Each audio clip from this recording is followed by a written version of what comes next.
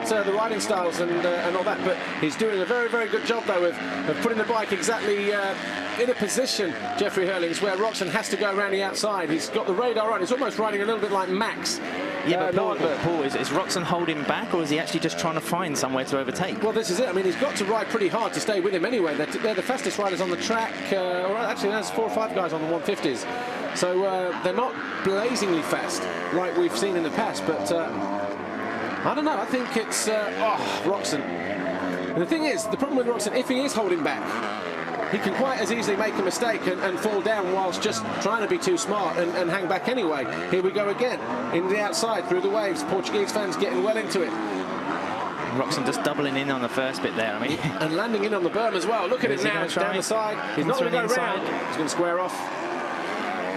No, Jeffrey's got the faster line up the hill there. So Roczen then again working the outside lines. He's going to come out of there nice and early, is he? Well, no, he just takes a bit of a stab, loses a bike length or so as he drops downhill. As we said a moment ago, Herlings just utilising all the insides, making his teammate work around the outside where he has to, follow where he needs to. And I think actually just through that wave section and downhill, if he hasn't done him by the finish line, Ken Roczen, I think that might be the area where he feels it's going to be the best position. Look at Herlings protecting the inside through there again, coming across the pit lane. Roczen, though, is he going to square off? No, he gets a little bit wobbly, but look at that, he's got good drive. It's a mistake from the teammate, Herlings, who now pulls the pin, and he's not going to back out of this challenge either. And he does well to keep his own KTM ahead of his teammate, and Roczen just losing the front on the face of that jump into that right-hander. We've got a back marker ahead of him, that's David Cucci on the Latvian on the Latvian Elchny Honda. I do feel a bit sorry for Jeffrey Herlings, actually, because one tiny mistake is going to lose him the lead. I'm pretty sure that Ken's going to, like, you know, eke out like a second at least over that following lap. You know, the race is going to be over. Just to keep people informed, Max Anstey's still in 3rd place, but Zach Osborne, like, less than a second behind him now. So Zach, like, trying to make a push late on to take that 3rd place, and he was actually like a second quicker than the Englishman on that one. And Gauthier Paulin still hovering down there in 5th, not really going forward as these two now really start to turn up the heat on each other. And this is the area where we were saying a moment ago, very close through there.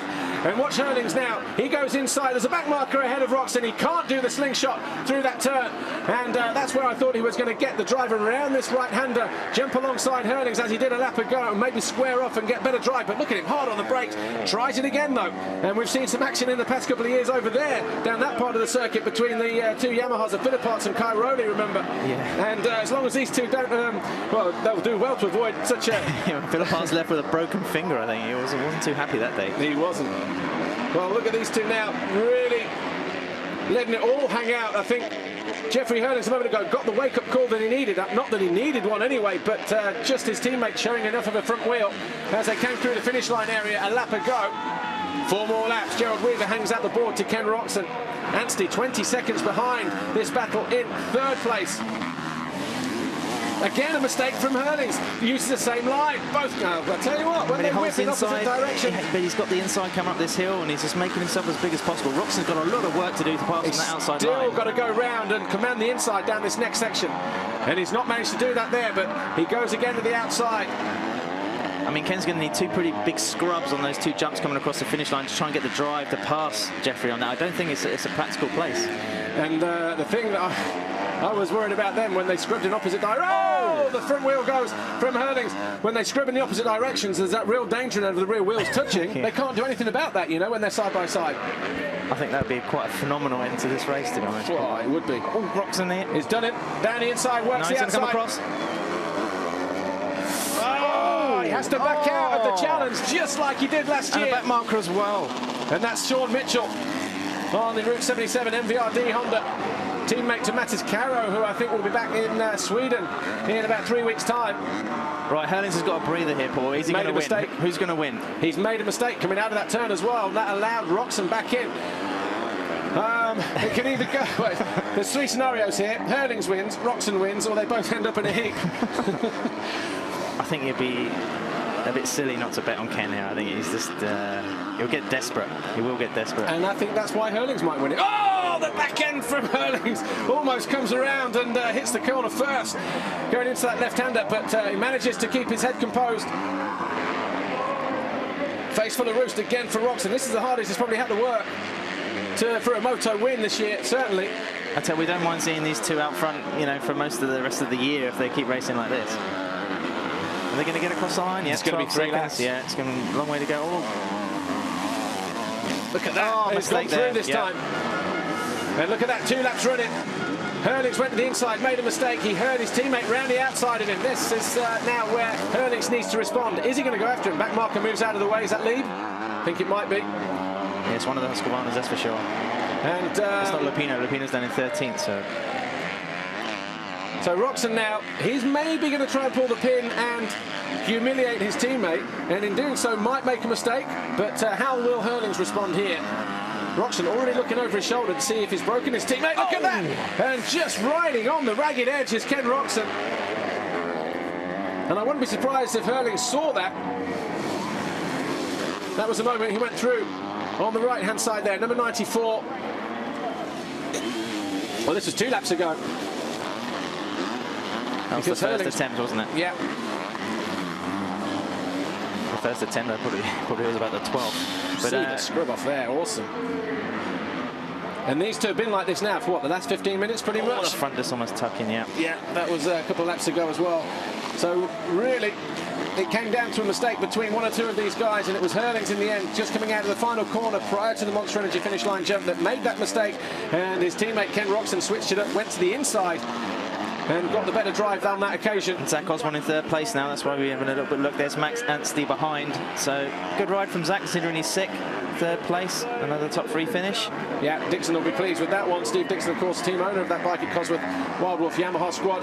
But a little bit surprised with the lack of urgency with Gauthier Paulin on the Monster Energy Yamaha. He was in there with this bunch at the start of the race, and he's just possibility he might have bent a lever or something like that on that crash. I mean, it's something like you say, he hasn't come through quite aggressively possibly as he did earlier. Well, we just put the commentator's curse on him by saying he was so quick and smooth and not rushing it. And, like, well, just as the 2 laps goes out, Ken Roczen has 1.5 seconds over his teammate Herlings. Osborne, we just saw there going through in 3rd. Max Anstey on the Monster Energy Kawasaki there in 4th. Number 99 as he comes behind Petr Petrov, 152, the Bulgarian. So the young 16-year-old getting moved out of the way by the 18-year-old Max Anstey. Then we've got Gauthier Paulin in 5th, Joel Roulon 6th, Coldenhoff is 7th. So a good ride for all the Dutchmen. Boutron is 8th. That would be his best ride in. Has he had top 10s before? Harry Koulas in 10th place. I mean, he was like, he's well, he's inside the top 10. He was down in 20th earlier. So yeah, just behind his teammate. Tonus 11th, again another rider picking himself up off the deck. Tonus, he went down and was last to get away after turn 3, turn 4, that spectacular crash where he landed on a hay bale on the first lap. So Tonus down in 11th, Nick Triest is 12th, Alex Lupino 13th, then Nichols is 14th, 15th is Petrov, Lenoir, Lieb in the points in 17th, and Nick Oban, Mike Crass and Giacomo Del Segato rounding out the first 20. Yeah, I mean, as we were saying earlier, Paul, Jeffrey Herlings, I mean, his tactic there was just defence, wasn't it? I mean, he had no answer to Ken Roczen. Roczen now almost 2 seconds ahead right at the end of this race. And Paulin. And Tommy Searle, I mean, he's going to be back in the truck right now. I mean, what's he going to be thinking? Well, it was a golden opportunity there to pick up a good, 20 points. Absolutely, you know, or lose only 5 to Roczen. I mean, Roczen and Herlings, after all this to-in and fro-in here, I mean, would that have taken out of them a little bit for the second moto? Just because the track's going to be, you know, after the MX1 is going to be a bit rougher. Well, their fitness levels are good, but yeah, when you're having to sort of do that and ride extra defensively and work extra hard to, you know, to make a pass or prevent a pass, then, you know, it would have taken a little bit extra out of them, and Tommy Searle will certainly be hoping so after only completing, what, half of this lap. And just looking at Paulin there on the last lap, he's going to try and get Max Anstey. He's pulled right up to the rear wheel. Looks like it. Oh, just trying to get the bike down as low as he can.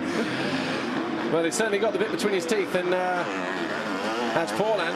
He's got 1 lap to do it. He must do. I mean, it's a bit of a shame for Max being up in 3rd place. I mean, he couldn't end up 5th here. That's coming out of the turn 2. There's Roczen, our race leader. 2 seconds clear of his teammate. So he just needs to maybe back it off a little bit now, because I mean, he's had, like, it's been a great performance from Ken. There's been 1 or 2 moments where you have been like, you know, he's been close. He's had a few moments. You just do wonder if he can do that for 40 minutes later in the afternoon. I don't think he'll have a problem doing that.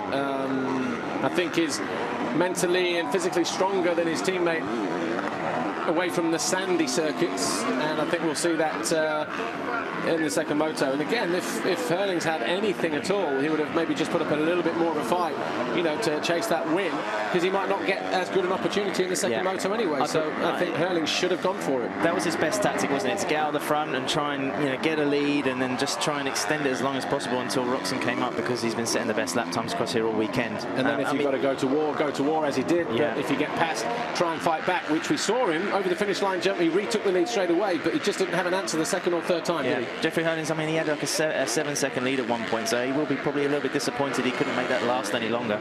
But Ken Roczen coming across. How many motors has he won now, Paul? 5, 6. Yeah.